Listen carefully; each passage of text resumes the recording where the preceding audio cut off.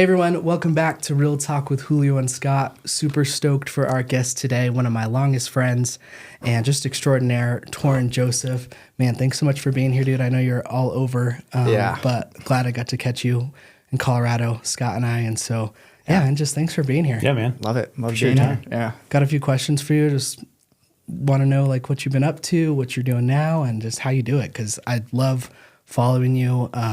You're inspiring to watch, dude. You get me off the couch for sure. So thanks for doing that. But first question, is where are you from and just what do you do?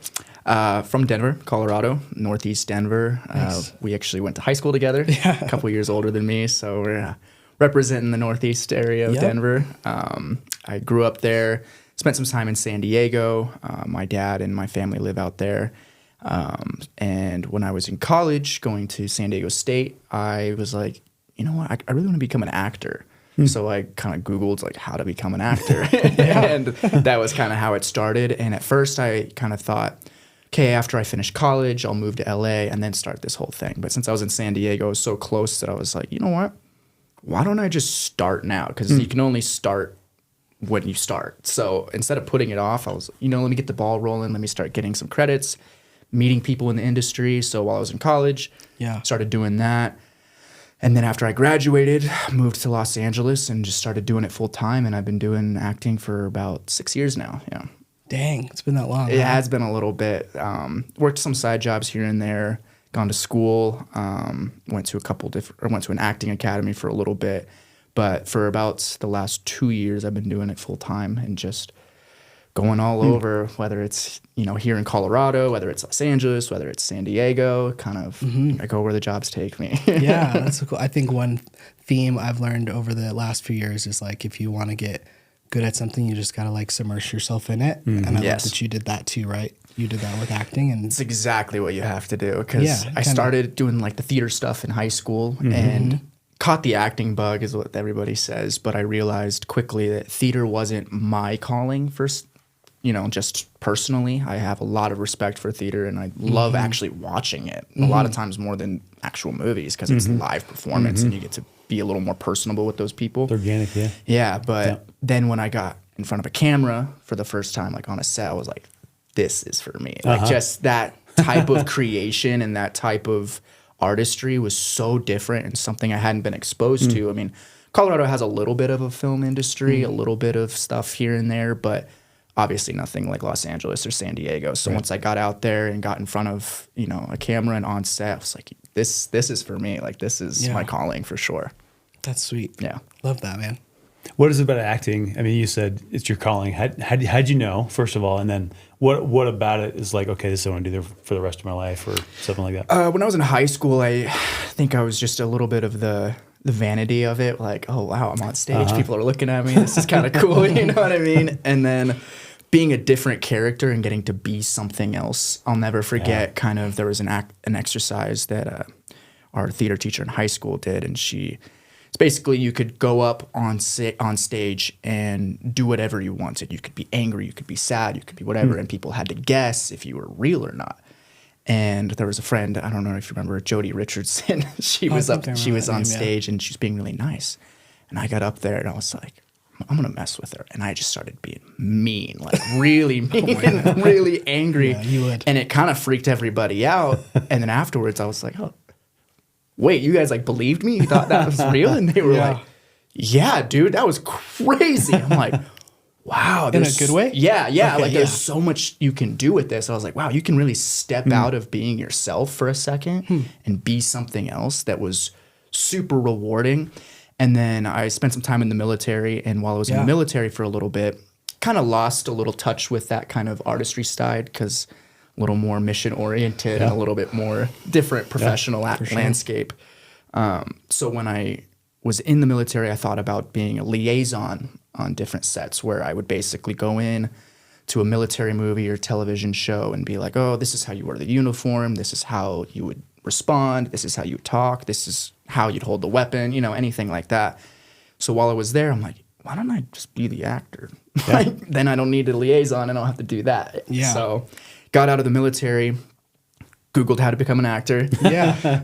A lot of stuff said join an acting class. So I joined an acting class, and it was revolutionary for me. It was super, super therapeutic.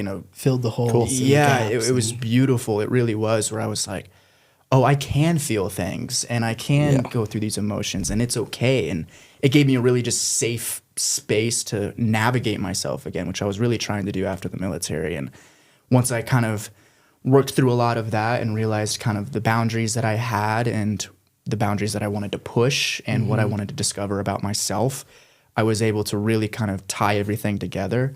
And someone asked me the other day, they were like, how do you feel about being vulnerable in a role? And I'm like, that's the dream. Because the more you can feel and you can actually be personable and be not necessarily yourself, but bring together an emotion in an actual role, it's beautiful. Because there is a certain aspect of entertainment value. It speaks to people, though. Yeah. There's a certain aspect with entertainment. So sometimes on a commercial, you can't always be like, look at me, like this is how we are. This is, feel me and everything. But if you're in a deeper setted role that has a little bit more tension, a little bit more depth to it, then you can start to expand. And then I think the audience can start to look at you and be like, wow, this person's feeling something and making me feel something. And that's the dream. So once I've gotten the opportunity to do that and balance the two between the entertainment, the vanity side of being like, oh, wow, this is cool being in front of the camera. And I love, being that, but I also enjoy connecting. And that was really kind of the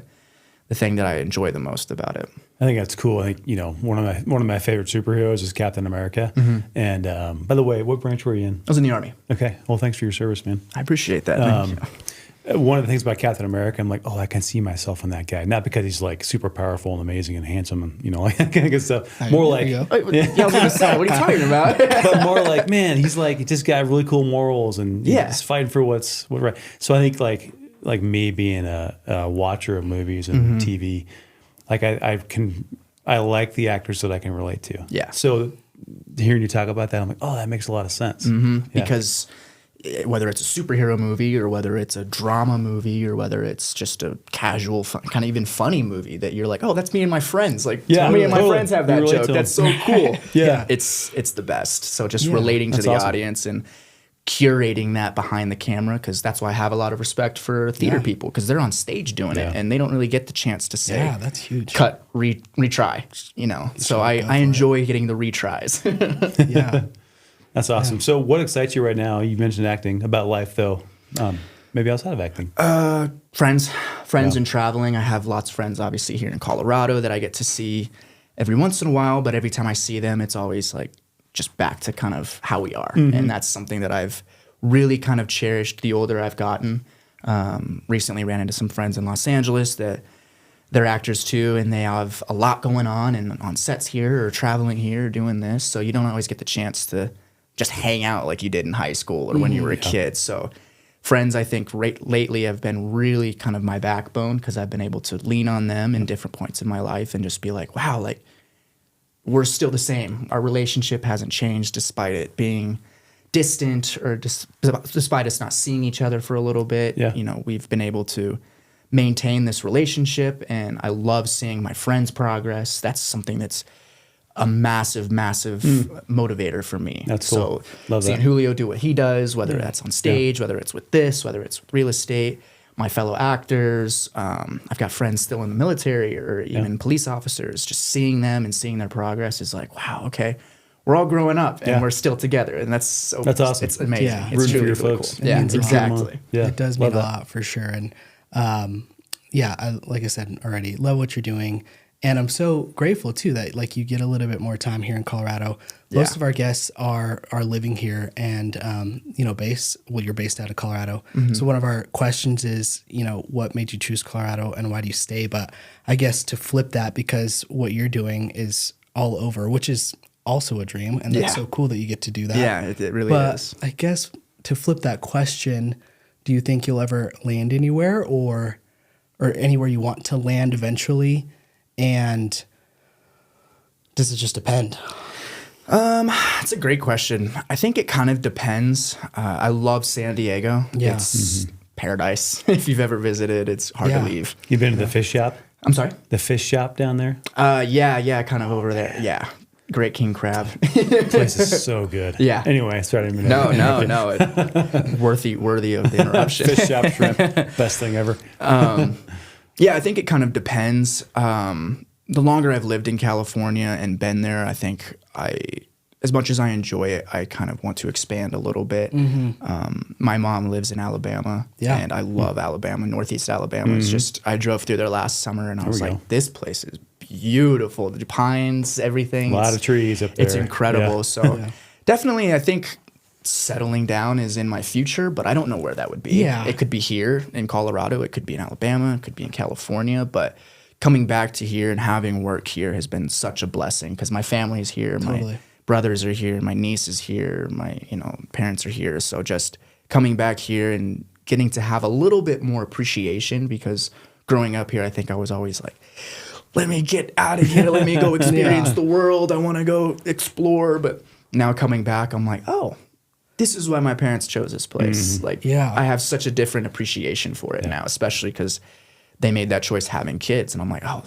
I can see why you did that. Like, this is a beautiful place to have a family. So yeah, it's cool that now that you have so many roots, like you have roots in Alabama, San Diego, here. Yeah. And you get to call those places like home in a sense. Exactly. And everywhere I go, they always say that I sound like I'm from somewhere else. So if I say y'all in California, they're like, oh, what is that from? I'm like, well, my mom lives in Alabama. I lived in North Carolina. Yeah. But then when I'm out there, they're like, oh, surfer, snowboarder, California, huh? And I'm like, oh, I guess I got a mix of it all. Yeah, exactly. Love it. That's cool. So, and Julio said and you guys have talked about just being out and about, and kind of everywhere, right? What's one thing that keeps you grounded in life that you're doing? It keeps me grounded. Could be habit. Meditation. Okay. Meditation's a big one for me. Yeah. I like to just try and stay in touch with the universe, honestly, and just try and remind myself that I'm where I'm supposed to be. It's something that's really become prevalent in my life in the last year, but I've been practicing for a few years now, and just sometimes you get a little lost, wondering, especially in my job where it's like, am I doing the right thing? Am I doing the wrong thing? What can I be doing better? What can I be doing less of, more of, et cetera, et cetera. So a few moments kind of in my life recently, I've been able to kind of take a little step back, get in some sort of state of meditation. A lot of times it's in the sauna. I don't know why. That's my force of solid. It's where I get all my solitude is just in this sauna, cooking my brains. But in a weird way, I just am able to connect. And then on the plane over here, actually, instead of kind of listening to just music or trying to distract myself or entertain myself while I was on the plane, I'm like, you know what? Let me use this couple of hours where I don't have access to a phone. I don't have access to the outside world, and just kind of connect with myself and remind myself that, I'm living a very, very blessed life. I enjoy where I'm at. I enjoy what I'm doing. I'm getting a chance to see my friends succeed. I'm getting a chance to see myself succeed too, which is great. So I think just taking the time to, you don't even really necessarily have to meditate and, you don't have to do that all the time. It can just be you just sitting there with your own thoughts and reminding yourself. Reflection's just a really big one for me. So connecting with that and connecting with nature. Thankfully, I have access to two beautiful spots with nature. With San Diego, I get the beach and have those, really kind of beautiful areas. And then here in Colorado, obviously, they have the mountains. They have all of this kind of greenery out there, and the snow is also a blessing for me because I love to snowboard. So there you go. Just connection with the universe and with nature. I think every time that I try and be quiet, I pray a lot. Yeah. It's the noise. I'm amazed how long it takes the noise just before it's gone. Like, man, you gotta it's active concentration. Like, man, get it out of my head. I'm trying to focus here. Yeah. So, and nature helps a lot. Like you do your morning walks, which I love hearing about. Yeah. Your photos from that are always so cool.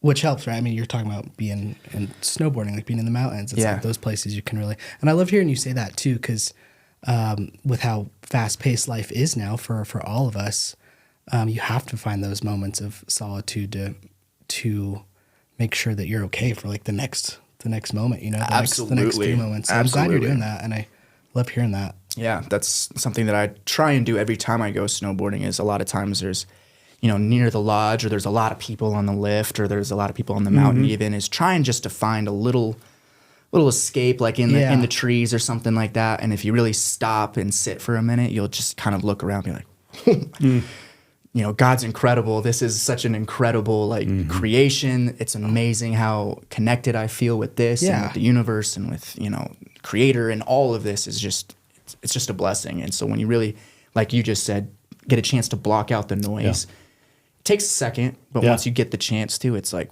whew. Well, the more you do it, the easier it gets. Yeah, definitely. Yeah, I would say so. Nice.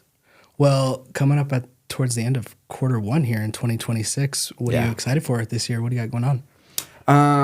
Got a couple of jobs lined up. I'm doing a snowboarding gig here in Colorado. That's why I'm out here, which I'm super excited for. That's fun. Obviously, growing up snowboarding and going to these mountains. When I was auditioning for the role, I was like, please, like I really want this one, but you try not to get yourself too worked up and too like, oh, I'm going to get this, because then you sometimes set yourself up for disappointment, which you just want to, you know, give the best that you can and know that they'll choose exactly who they want. And when they want you, it's a great feeling. And then just kind of build off of that. So got a few gigs lined up with snowboarding, which is super, super cool.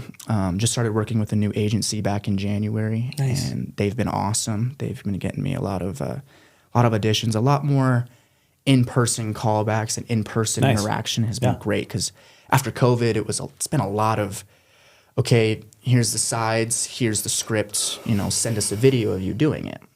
And then a lot of that has transformed into, okay, make sure you have the right background, make sure you have the right lighting, make sure you have the right sound, and then you have to have a reader. So it's a lot of time that goes into that, that now I've started to see that there's been a little bit more of a shift back to kind of person-to-person interaction, which is something I thrive on. I enjoy walking into the room and talking to the people that I might potentially work with, because then they can see they can work with you.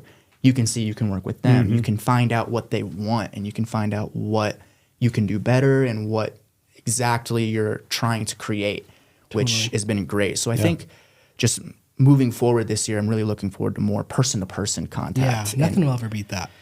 It really won't. It's, you know, you can do as much Zoom stuff as you want and anything, but anytime I get a chance to be in front of somebody and interact with them, then I'm 100% going to take it. Well, that's where you should shine, right? Yeah, exactly. Well, everybody should shine like that, you know, regardless of your personality. And it's hard. I think COVID kind of messed that up for a lot of people, not just actors, and people in general. You know, kids in school didn't get a chance to interact with other kids in school. So now I really do feel that now. I think it's been, 6 years now since COVID? That's kind of crazy to think about. But I think now, just from what I've seen personally, I've seen a lot more people being willing and wanting that in-person connection and sitting down and hanging out with your friends and just enjoying the fact that you have, they're not taking it for granted. I feel like maybe for a little bit there, people were taking it for granted, and then COVID happened and took it all away. Yeah. Maybe we got a little bit more lax and a little bit more used to being separated, that now it's like, wait, no, connection's important, interaction's important. So I love that. Yeah. Sort of tangent, sort of on topic. I finished Alone last night. Congrats. The reality show? The reality show or the? It's, I mean, not reality really. I mean, they go out and just survive. It's like actual survival show. Okay. They're by themselves. It's called Alone. Is it Alone? Oh, cool. Yeah. They were in the Arctic, and it was the last two guys, and they were out there for 90 days. It looked miserable. It looked absolutely miserable. But that's a lot of solitude. But the guy who finally tapped out had mentioned he was so happy with the experience. Unfortunately, he wasn't winning the money, but he gained so much. And the thing that he learned and loved the most was, and why he finally tapped out, was he just missed his people. He missed his family. And he didn't seem like the type of guy who was going to be the first social guy, you know, that you see or say hi to, but like he seemed kind of rough around the edges. So to see that full circle moment of like he had nobody for 90 days. Yeah. And he tapped out and sacrificed $500K for his people though. Like he was just ready to just see people, you know, and not be alone anymore. Connection. So, yeah. Connection's it was huge. just, it just what we're talking about kind of reminded me of that. Yeah. And I've seen that kind of firsthand, even with like dudes in the military, where you expect them to be, and they are a certain level of this kind of rough around the edges and don't want to be here or there, But then when they're kind of out and alone or with the same people all day, they're like, I just miss my family, dude. Love you guys, but I can't wait to just go back to my wife. I can't wait to see my kid. And you're like, oh, wow, you have a heart. Like, you actually like take pride in your family. It's really cool to see. And I have a lot of mentors that were like that I got the chance to see them both sides, where they're very mission oriented, but also very, I do take pride in my family and I do enjoy being around them. And this is a sacrifice, but I've always loved that about you too. Anytime we're having a conversation, you're talking about your niece or nephews or love them. As crazy as they are, but appreciate that about you. Yeah, always taking care of people and your family. Yeah. Well, Torin, so we come to the time of the interview now where we have this word association. Okay. So we're gonna just throw 3 words at you, and then we just want your initial reaction. Yes, and it's the improv. You should be great at this. Yeah. So here we go. First word, peanut butter. I guess that's 2 words, but one item. Mine is 2. I want to say time, because peanut butter jelly time. So I wasn't expecting that. And you can elaborate too if you want, but I'm gonna go with prairie dog. I thought Groundhog Day. All right. Bill Murray. Yeah. I was throwing it back to the high school days. Yeah, Prairie View. I thought about that. You said pray too. I was like pray, like pray, but then prairie. Prairie. Yeah, prairie dog. I can never spell it correctly still to this day. It's AIRIE. Truly, like we were surrounded by prairie dogs too. All the time. Was that the I mascot think of it's the more school? built up. No, it was the Thunderhawk. Oh, Represent. that's way better than prairie dog. Yeah. But they're everywhere. And I remember I had family visit me actually from San Diego when I was in high school, and they were like, there's so many like prairie dogs around here and like butterflies and all this random nature. And I'm like, these are just here every day. Yeah, what are this you is talking like about? real life for us. Yeah. Let's see. Last word, guitar. Julio. Thanks, man. That There came we right go. there. Came natural. Yeah. Sweet. Yeah.